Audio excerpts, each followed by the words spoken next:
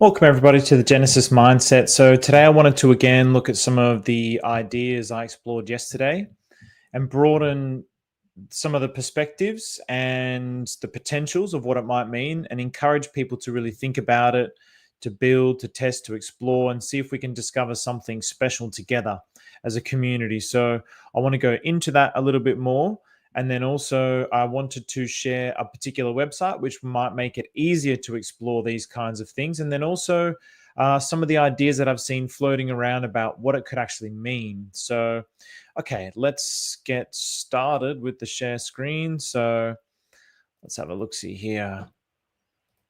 Oh, man. All right, just give me 1 second here. Sorry, I'm not too sure why that is not showing. All right, here we go. So similar to yesterday, I'll whisk through this. So PulseX liquidity pool is a PLP. You put two tokens together, token A, token B. You combine them together and it mints a PLP. And the PLP is basically your representation of the Pulse liquidity pool and how much of the ownership that you have of that Pulse liquidity pool. So I'm going to look at ATROPA DAI again, just because I'm going to now refine the process of how I found it and then show you that and show you a simpler way that you can backtrack and explore these things. So one of the mistakes that I made yesterday was obviously the main parent is teddy bear with this Asian teddy bear, and it's with hex. So it wasn't with teddy bear, it's with hex. So then you put those two tokens into a PLP, and then that PLP becomes a parent token for ATROPA DAI. And so then ATROPA DAI is a V4 minter. So what does this actually mean? So first of all, what was so 3.37. So I think yesterday we saw that it had 14.7 supply, which means if it's 14.7, it should be basically minting like 5 to 1 at the moment. So what's that actually doing? That's burning the supply of the PLP. It's burning the liquidity. So then this liquidity plus hex is getting burnt essentially forever. So the reason why it's forever is because you would never claim back the PLP token with the ATROPA DAI. You're much better off just buying that liquidity as opposed to claiming it back. So that effectively burns that supply forever because you can only claim 1 to 1, but you can mint 4 to 1 or 5 to 1, I think it would be at the moment. So therefore, what is that also doing? It's burning these two tokens forever. So this P hex is getting burnt forever. So that makes things extremely, extremely interesting. On top of that, this liquidity pool, this PLP token, you can actually sell that as an asset. So here's some of the ideas that I saw floating around and I was thinking and having a discussion with Bud about. So obviously the first one is you're creating new value against your PLP. So what have we done here? Basically created new value with this ATROPA DAI token with the PLP. So something that might just be a yield-bearing asset, I can put that away onto the contract and it gets burnt. So obviously you lose the PLP as a yield-bearing asset because unless you buy it back or claim it back, you're basically losing that percentage of you're losing that percentage of your liquidity. So that's with a V4, obviously. But then if you did it with a V3, where it's 1.1 billion before it scales up, then that's a different story. You might end up being able to claim your PLP backs maybe 1 or 2 years down the track, get your yield out, and then go back into it, and then burn it, and then mint the child again. So it just opens up a couple of different options. So yeah, burning the PLP supply against a V4 also creates trust. So apparently I saw somewhere that Maria's created spines now for PTGC. I believe it, what's the BBC? that community, the 9 inch. Is it 9 inch? The one that Hexy Bastard does, the BBC. So I think those tokens, there's tokens there that burn that supply. But if you think about PTGC and people worrying about somebody dumping on them or selling the liquidity, or big whales selling the liquidity. Well, if you burn that liquidity, it establishes trust. That's one thing that it can do. You could also obviously send it to the burn address, but sending it to the burn address means it becomes like a dead asset. Whereas if you create a V4 from it, at least you can mint some new supply out of it, create value out of it that you can then use for something else. For example, creating a liquidity web with PLP tokens that are trading against Pulse Chain and PulseX and Hex. And then this is creating arbitrage. And then this is generating fees in the PLP with whatever token is bonded with. So the PLP becomes token A, and then token B could be Pulse Chain, and then put them together. That's a new PLP. So you can also sell the PLP as a yield-bearing token. So like an IPO. So obviously, I just considered this when I saw the IPO token launch that Maria did. So instead of creating a token and then convincing people that I'm not going to dump on you and this token has $1 million in liquidity, it's an awesome token. Well, you can actually sell the PLP itself as the token, and you're basically wrapping it up in this token that represents the PLP. So you're selling people a yield-bearing asset. So that's another interesting thing that could potentially happen. So again, I'm just trying to think of things that this could mean. And then one thing that Bud and I were discussing was, does it remove liquidity in the same way that when you burn a token to one of these contracts, it's removing that from the supply, which makes the token pump more?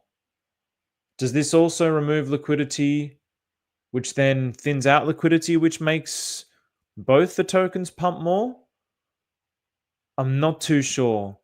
So these are some of the things that we need to explore and experiment with. And then just to kind of clarify some of my ideas, and this is fully conceptual. I don't know how it's going to work or if it's even possibly going to work, but I'm just trying to think of different ways that the trees and the branches can all interconnect. So for example, you might have PDAI at the core, and then you create a spine of V3 tokens. And one of the things that was the failure, well, I don't know if you'd consider it a failure, but the Treasury bill spine, the Fed spine, basically from FDIC onwards, it works interestingly. It creates this perpetual motion between all the tokens. But from Fed to FDIC, it kind of collapses, and you've got that wild ratio.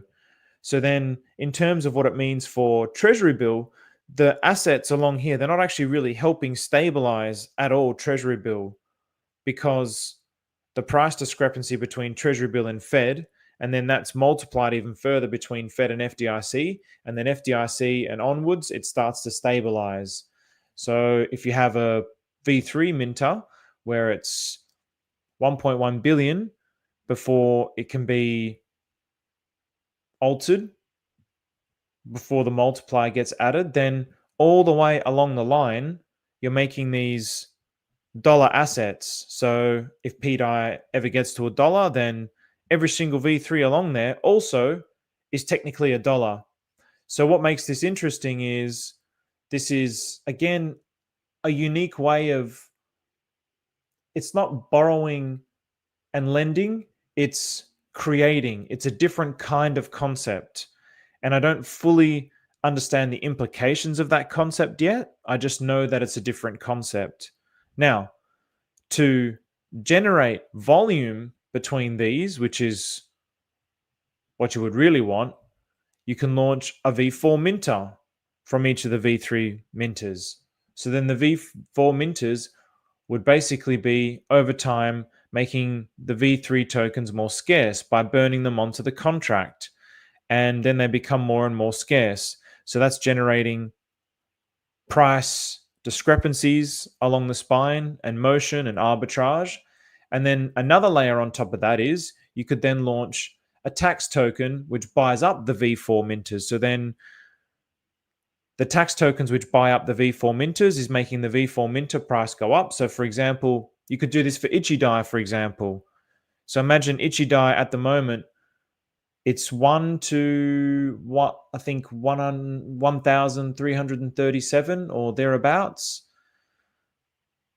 But the only way to bring the DAI up to the ratio of 1 to 1,337 is to either create a liquidity pool that sits above PDAI, so then it drags up DAI faster than PDAI is dragging up DAI, or you could create a tax token of arbitrage that auto buys the V4 minter.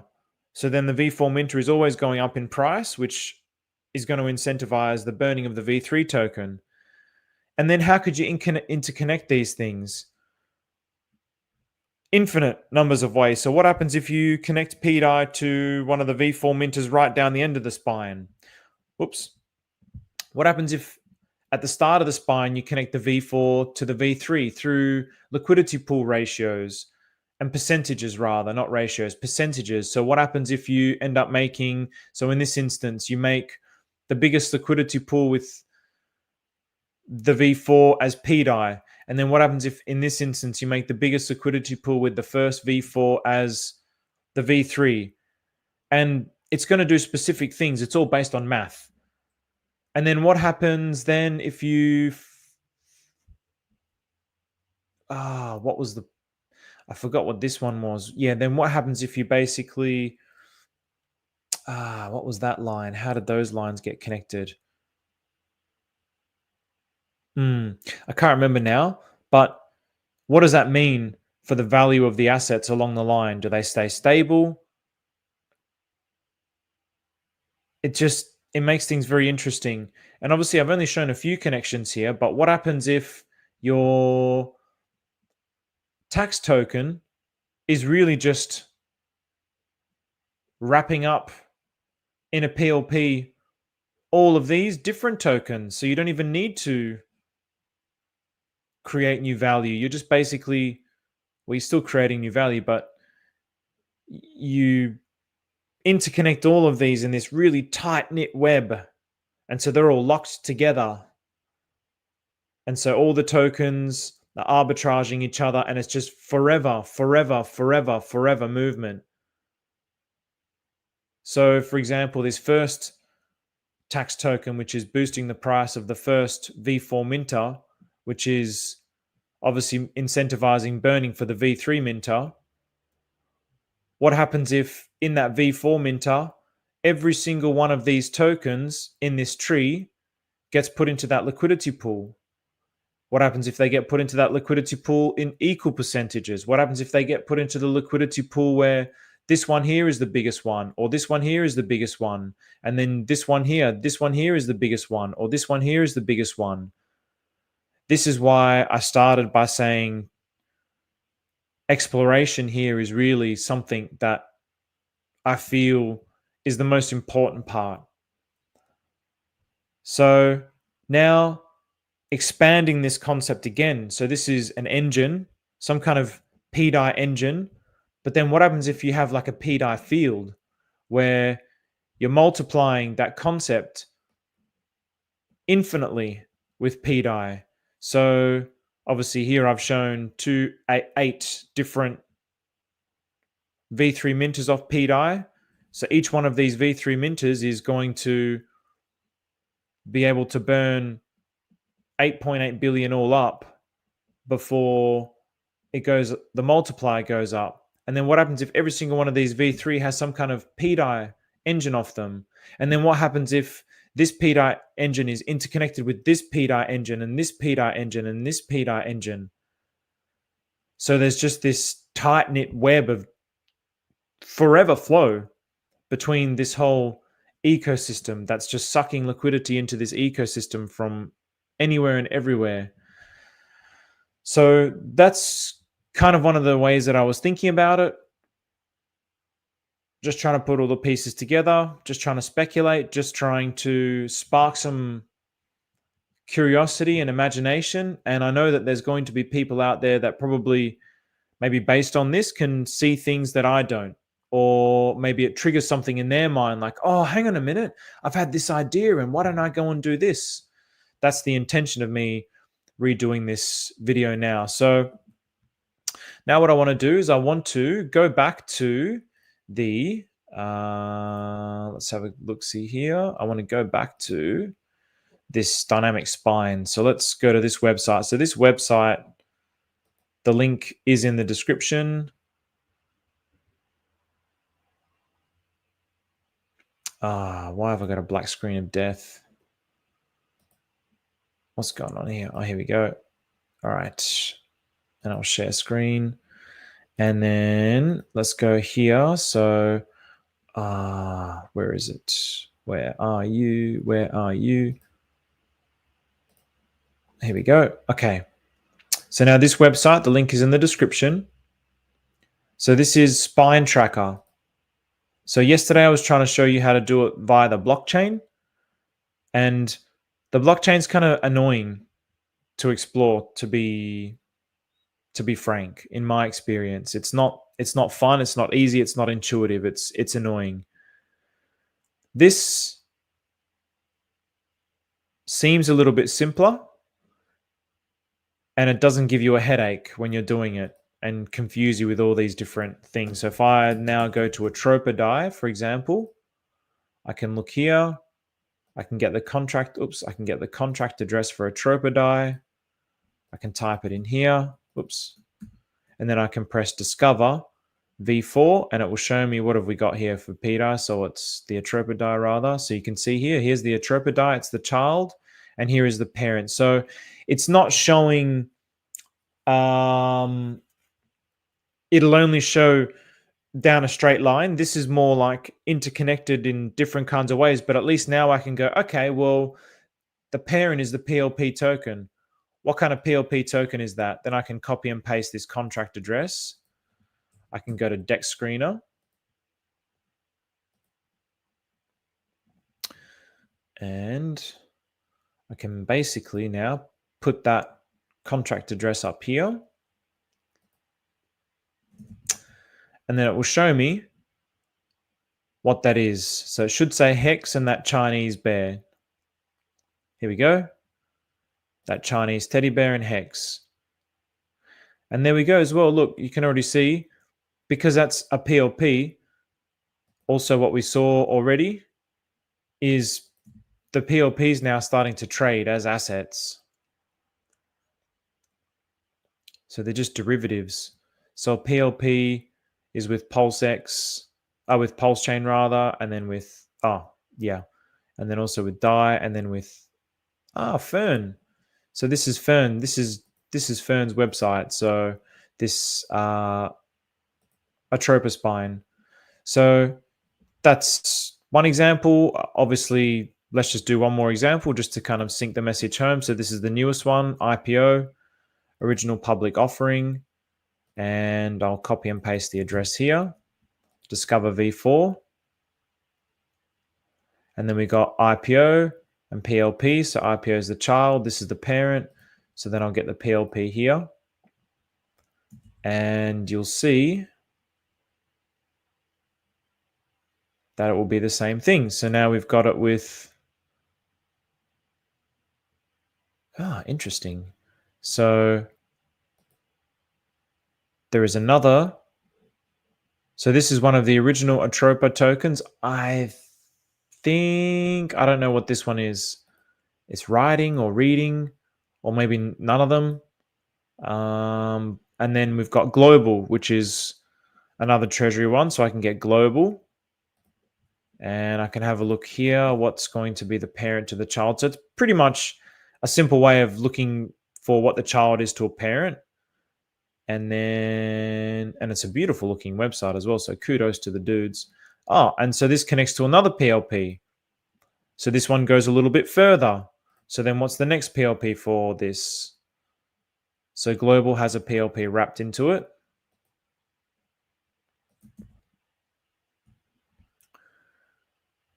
And that ends up being BFF. Hey, BFF at the light. And then that ends up being crows and what is this one? I think that's Eastern Lighting. Let's have a look here. So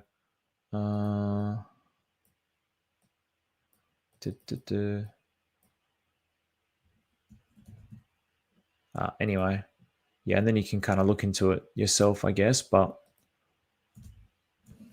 translate to English.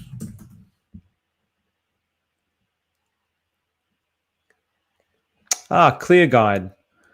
There we go. So we're getting clear guidance here. All right. Okay, so yeah, I just want to keep it short and sweet. I'll go through the chat today. So again, this is just part of the process of trying to continuously explore the ideas and refine the ideas and understand the ideas and share the ideas and potentially get it more and more simplified. So Jay Sue, what's going on? Hex Down Under. Hey, Fast Abdul, good to see you in here, man. How do you all keep up with all this? So much going on. I'll tell you how, good sir. One day at a time. We really need some clarification now from Dev, not more spines and blocks. Yeah, I mean, I feel like the way that I feel about it, Blue Braider, is I keep going back to the Lego block analogy. It's like Hamad Daiichi has given us the Lego blocks, and now we can build in any which way that we like. And so it's almost like Lego Masters, who can build the best Lego. And that's how I feel with all these bits and pieces of what's going on with the treasury minters and how they can be interconnected and how far your creativity goes to create something that might work. So like I mentioned quite often, my boy Muddy, he comes up with lots of different ideas about how these things can work, but he doesn't actually implement. He's a thinker. So he comes up with ideas, but he doesn't build them. And I keep trying to encourage him to build them and test. And that's what I really like about the Mandala ecosystem. There's testing going on there, and it's sound logic. There's burnt liquidity. There's people working together as a community. They're interacting with the different token ecosystems. It's really enjoyable. So anyway, I will keep it short and sweet. The chat is pretty quiet today, so not too many people. I think, sadly, yeah, the more complex it gets with these things, the less interested people become, which is a bit of a pity because this is the stuff that I really enjoy. So how do you keep up with all this? So I really don't. I really just take it one day at a time, and I try and learn bit by bit, and I try and present it bit by bit. And because I really enjoy doing that, and I force myself sometimes to do videos. I force myself. It's like, okay, that's my challenge for the day. I have to finish my 3 tasks.